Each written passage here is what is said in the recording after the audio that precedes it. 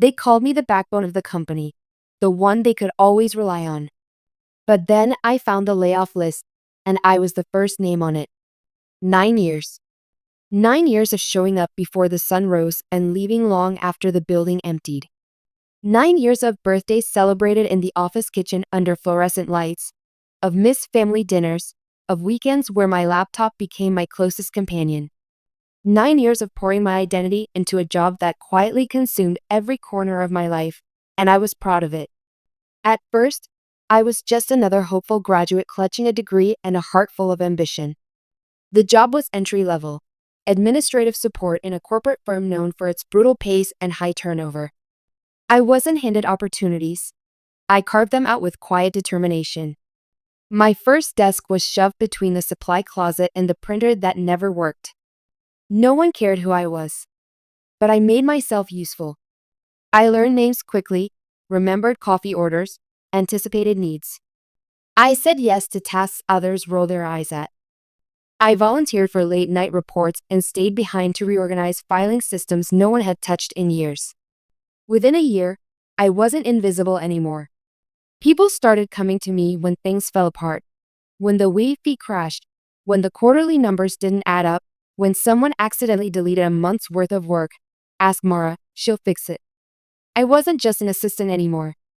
I was their silent solution. 2 years in, I was promoted to project coordinator. 5 years in, I was running full departments. Promotions came slowly, always one step behind where I should have been, but I didn't complain. I believed in earning every inch. I told myself the work would speak for me eventually. And it did, for a while.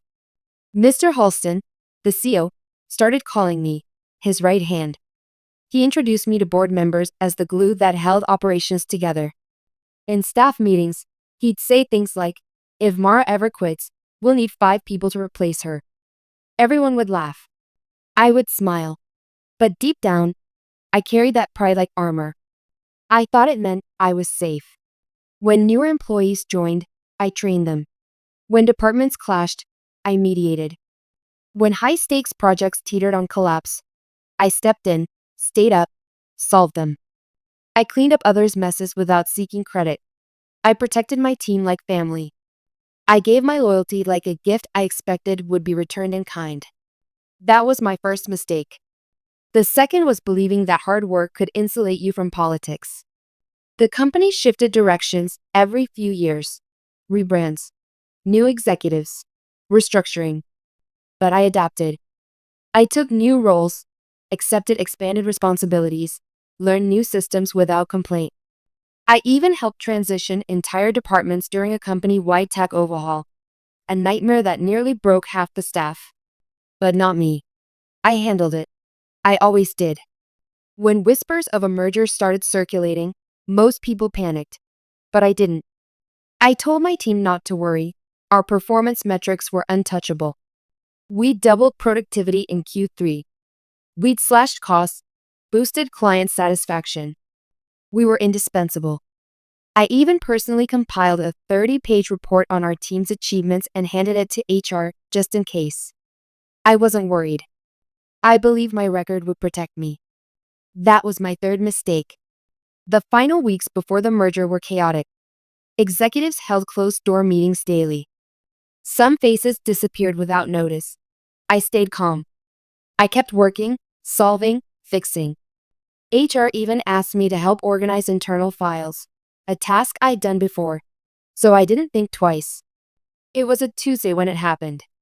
I remember because I just skipped lunch again to make sure our division hit a deadline that wasn't even ours to meet. I was tired, but satisfied. I'd done good work. I stayed behind to finish sorting through a cluster of digital folders HR needed ready by morning.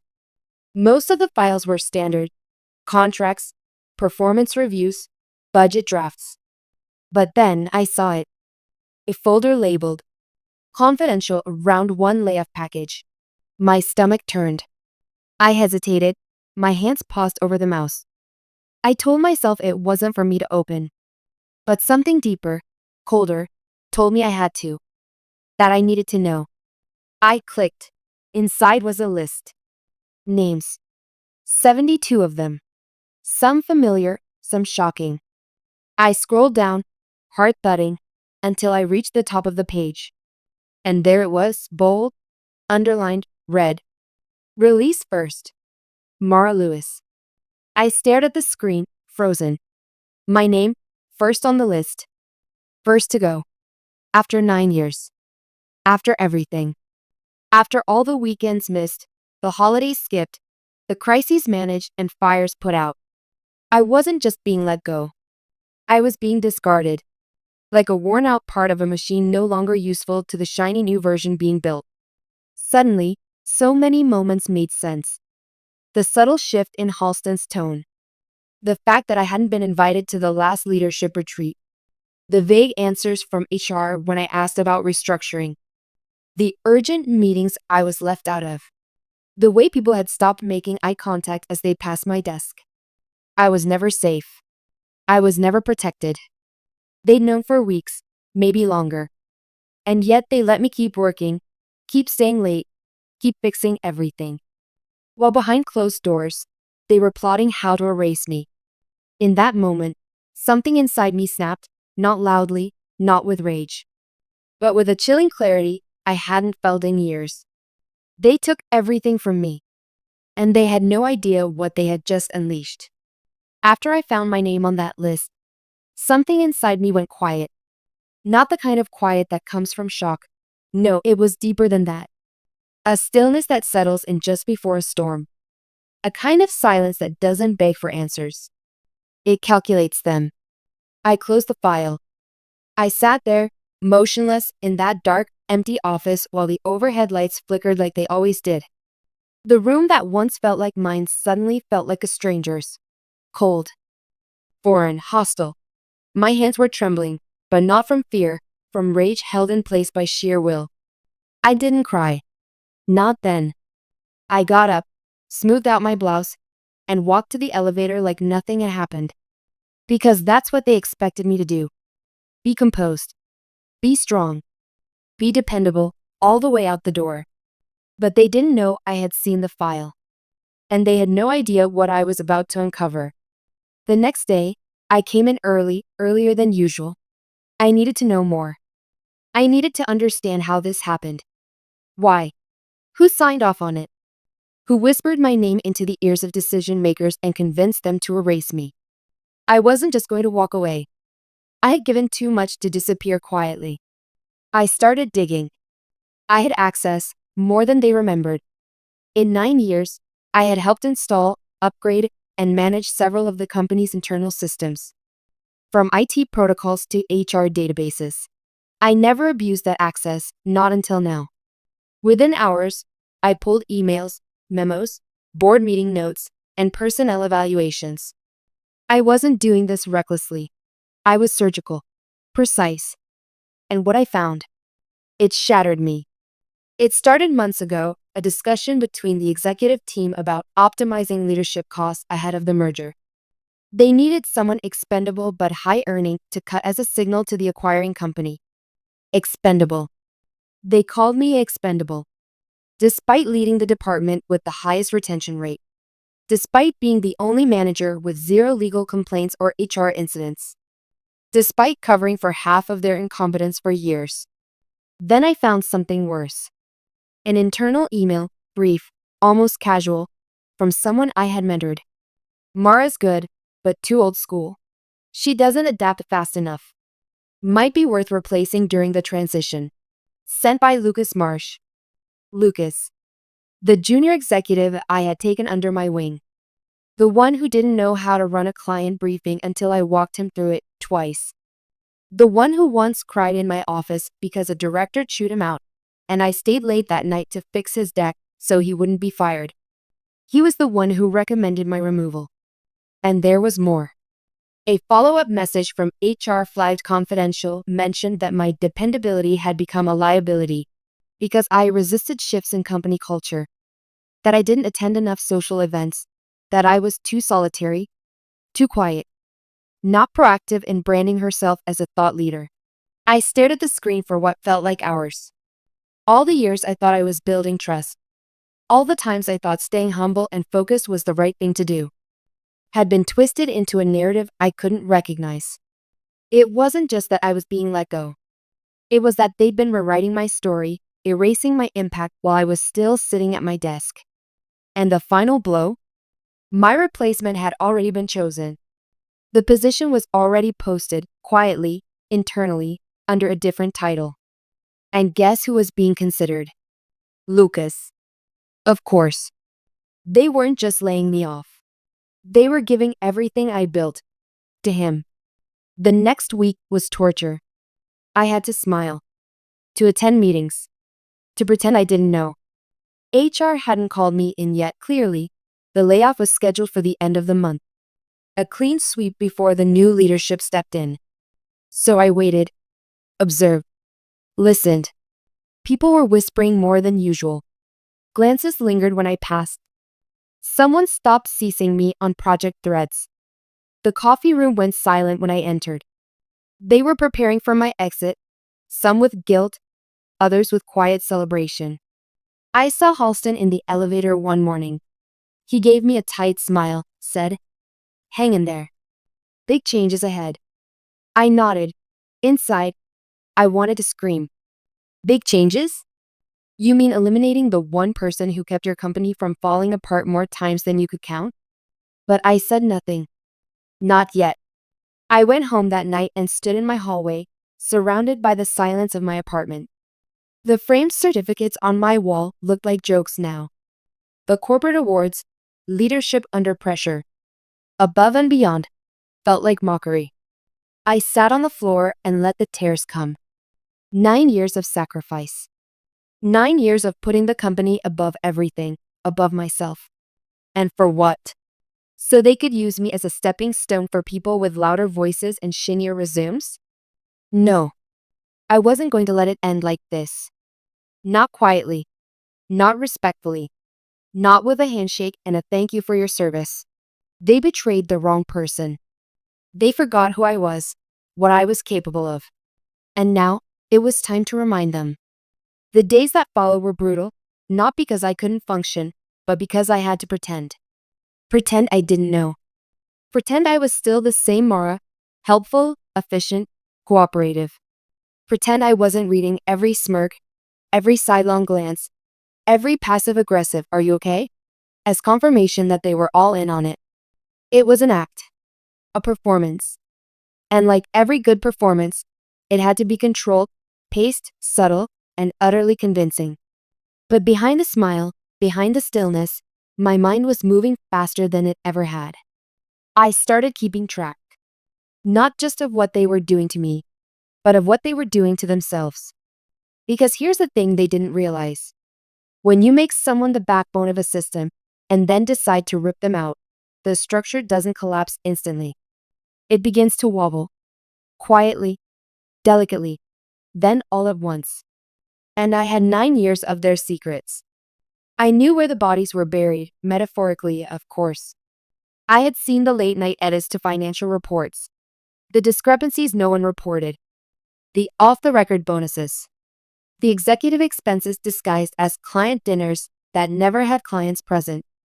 I never used that information. I could have, but I didn't, because I was loyal. But they weren't. And now that loyalty was dead, the first step was isolation. Not of myself, of them. I stopped offering help. I started pulling back, carefully. Enough to raise minor inconveniences, nothing too obvious. When Lucas forwarded a report to me to double-check, I missed it. When a presentation needed reformatting, I was already in another meeting. The cracks began showing quickly. They had no idea how much they relied on me until I stopped being useful. Project delays. Misfiled reports. Confused interns. Incorrect calendar entries. All the invisible threads I used to quietly hold together began unraveling. And they noticed. Lucas was the first to panic. His voice started to rise in meetings. He triple-checked things I used to handle instinctively. He stayed late. He made mistakes. Small, sloppy ones that I would have caught without blinking. Now I let them slide. I documented them, actually. It was easier than I thought, watching the same people who conspired to cut me down stumble in my absence while still pretending I was on their team. They wanted to erase me? Fine.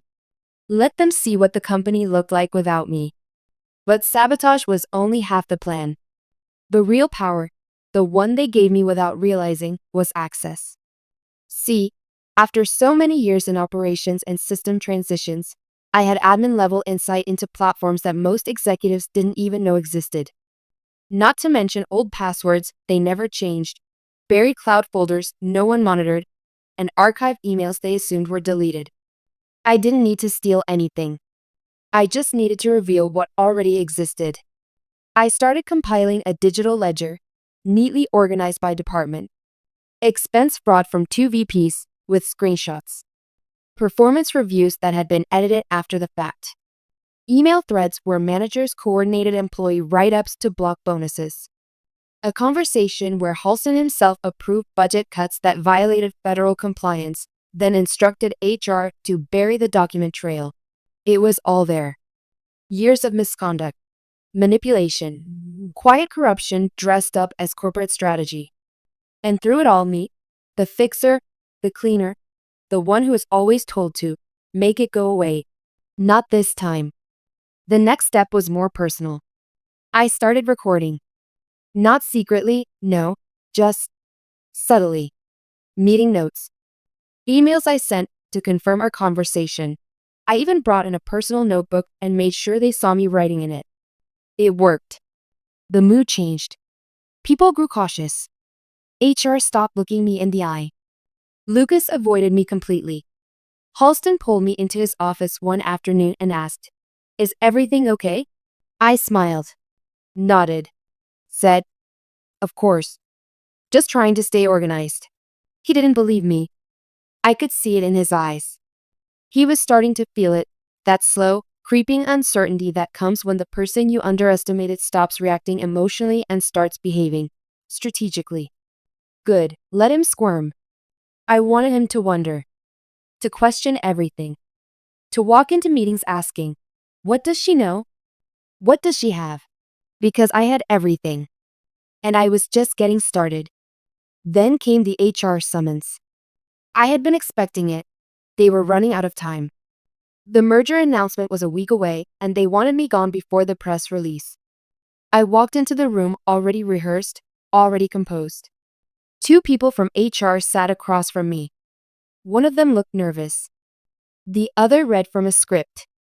"Mara, due to restructuring related to the upcoming merger, your position is being dissolved effective immediately. This decision is final." I blinked slowly. Just once. No reaction. No anger. No tears. "Of course," I said softly. "Do I have time to gather my things?" They glanced at each other. One nodded. "You'll have 30 minutes, and someone will escort you." Perfect. I stood, shook their hands, and walked out of the room like someone who had accepted her fate. They had no idea I was already 5 steps ahead. As I packed my things, I made sure to take only what was mine, but I left something behind, carefully placed in my top drawer where they'd find it once I was gone. A sealed envelope labeled, "In case you forget WHO built this place." Inside, a printed list of every system I had created, maintained, or solely understood, with one final line at the bottom. "And a list of passwords I've changed for your security, of course. Let them rebuild it without me. Let them panic." I walked out of that office with my head held high, not because I wasn't broken, but because I had already begun to rebuild myself. And because they had no clue that the real storm was still coming. I didn't scream. I didn't beg. I didn't storm out or slam doors. That's what they were used to. That's what they braced for. But I wasn't just angry, I was done. And that meant I didn't need to make noise to burn it all down. The first domino fell quietly. 1 week after my exit, the merger was formally announced. Press releases, photos, LinkedIn posts full of smiles and champagne glasses. A new chapter. A bold future. And in the background, I released documents set anonymously, encrypted. sent to a third-party investigative journalist I'd been following for years, someone who specialized in corporate fraud and whistleblower cases. Someone with a reputation for digging deep. Inside that first file, screenshots of altered financials, dated budget approvals that contradicted public statements, evidence that bonuses were being funneled to select executives after they announced employee-wide salary freezes. I didn't include everything. Not yet. Just enough to nudge the press toward the scent of blood. And they bit. Within days, small articles began appearing. Merger raises questions about prior financial practices. Anonymous source leaks internal discrepancies in TechCorp division. No names yet. No solid accusations. But panic had a way of moving faster than proof. The second strike was personal. Lucas Marsh, golden boy, rising star, my former protege, had now officially stepped into the role I was forced to vacate. He had no idea how unprepared he was. I knew his routines, his weaknesses, his blind spots. I also knew that he was sloppy when he thought no one was watching. So I reminded him that someone always was. I created a fake client profile, an inquiry through his corporate email. A seemingly innocent business pitch. Attached to that email was a corrupted file disguised as a standard pitch deck. When Lucas opened it, his system logged a minor data breach. Not enough to trigger company-wide alarms, but enough to require him to report it. Which, of course, he didn't. Because he was too proud. Too busy pretending to know what he was doing.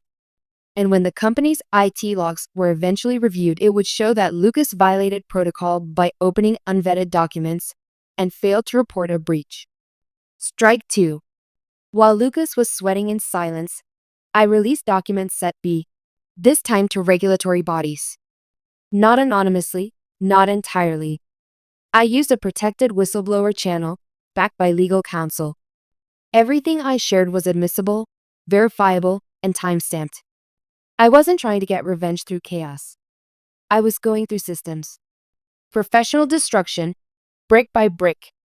The documents included discrimination complaints that were quietly suppressed, evidence of employee misclassification to avoid paying overtime, undisclosed layoffs conducted in violation of labor laws. And it worked. The company received a notice of inquiry from a state labor commission within 10 business days. HR panicked. Legal scrambled. Executives started turning on each other in hushed meetings. I wasn't watching from the sidelines. I was feeding the fire from the shadows. Next came the interns.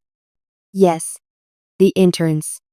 Most people treat them like background noise, but I remembered their names, their stories, their frustrations. One of them, Jonah, had once told me that he dreamed of becoming a data analyst, but no one took him seriously. I reached out, gave him a freelance contract under my own name, because by now I had already registered my own consulting firm. Small, quiet, and legal. I had a logo, a domain, a business plan. I was already moving forward while they were still collapsing backward. Jonah helped me sort through another pile of data I'd held back, one that revealed a pattern in how layoffs had been executed disproportionately across gender and age groups. He didn't know exactly what he was working on, not at first. But when I showed him the final pattern, he offered to help for free. Because he realized what I had long ago. This wasn't just revenge. It was justice, long overdue. I released documents set C 2 weeks later. This time, directly to shareholders. The kind who cared more about ethics than profit. The kind who could pressure a boardroom when the press couldn't. Their reaction was swift. A formal letter of concern was issued.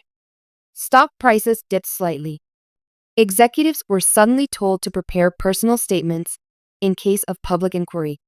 Halston stopped posting his leadership quotes on LinkedIn. Lucas deleted 3 posts within an hour. The board called an emergency session.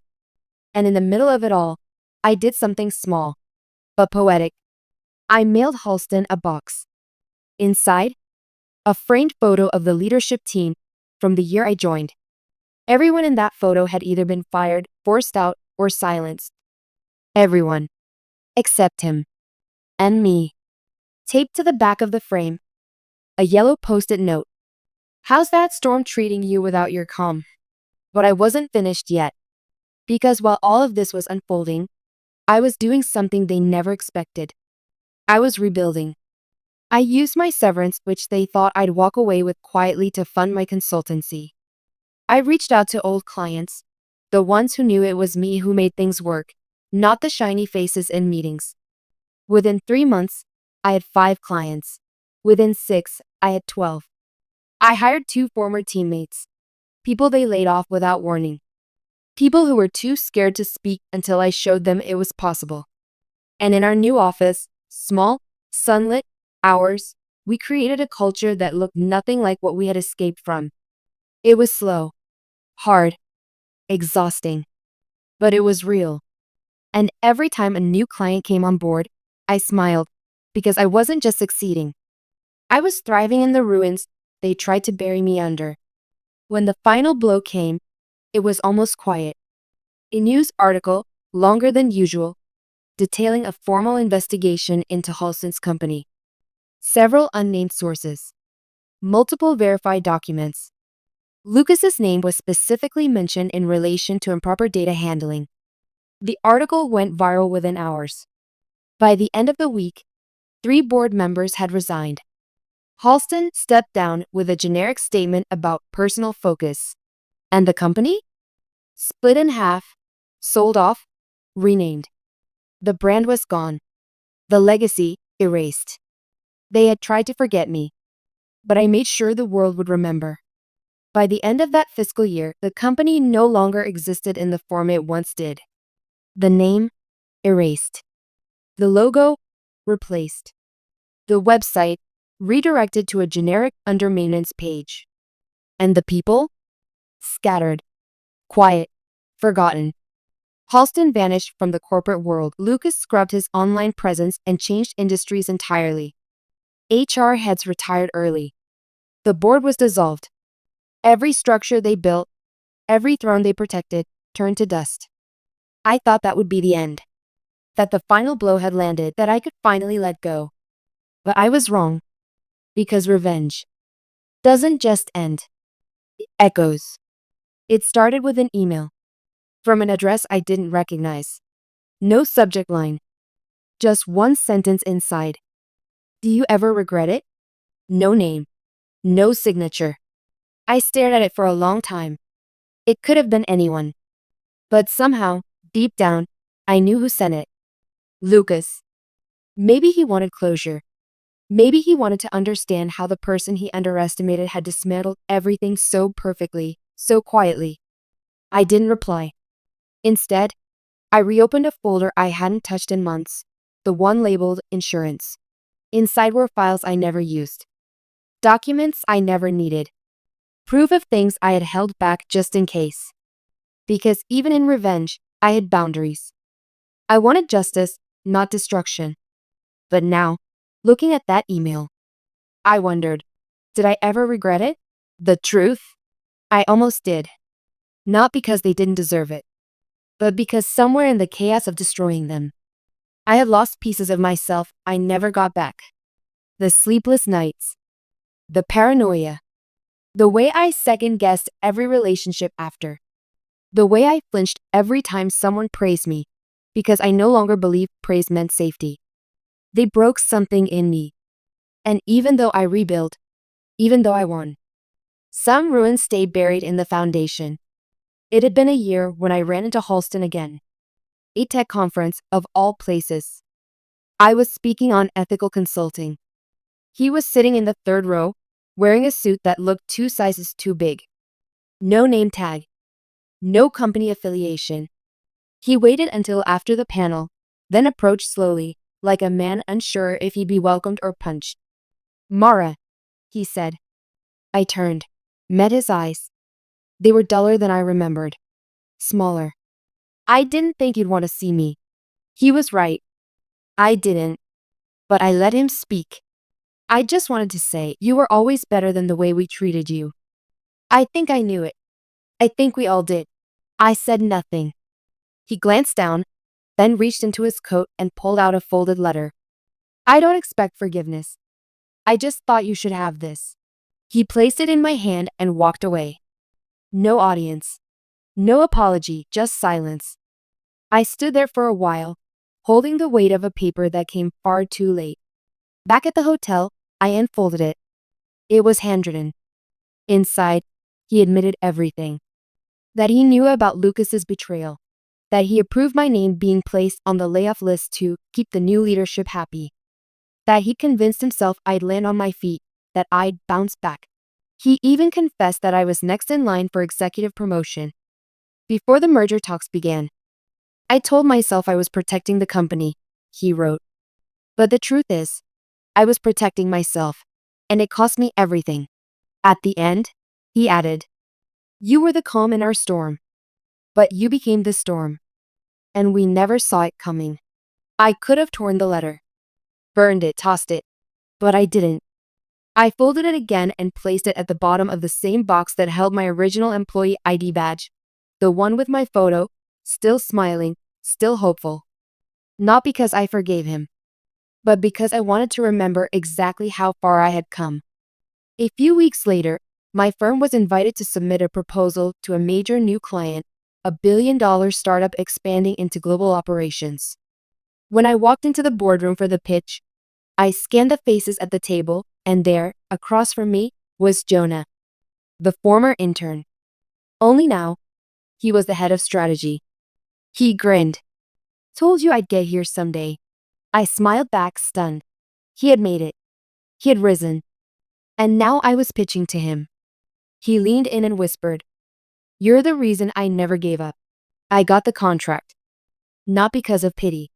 Not because of old ties. But because my work, my reputation, spoke. I didn't just survive their betrayal. I transcended it. But the final twist? It wasn't in any letter. Not in any revenge plan. It was in me. One night, months later, I sat at my desk alone. Everyone else had gone home. The lights were dim, the city humming outside. And I realized, I missed her. Her, the version of me before the layoff, before the fire, before I learned that silence was a weapon and loyalty could be a trap. That version of me, naive, trusting, hopeful, she was gone. Revenge gave me closure, but it didn't give me back my innocence. They called me the backbone of the company, the one they could always rely on. And they were right, until they broke me and built a storm in my place.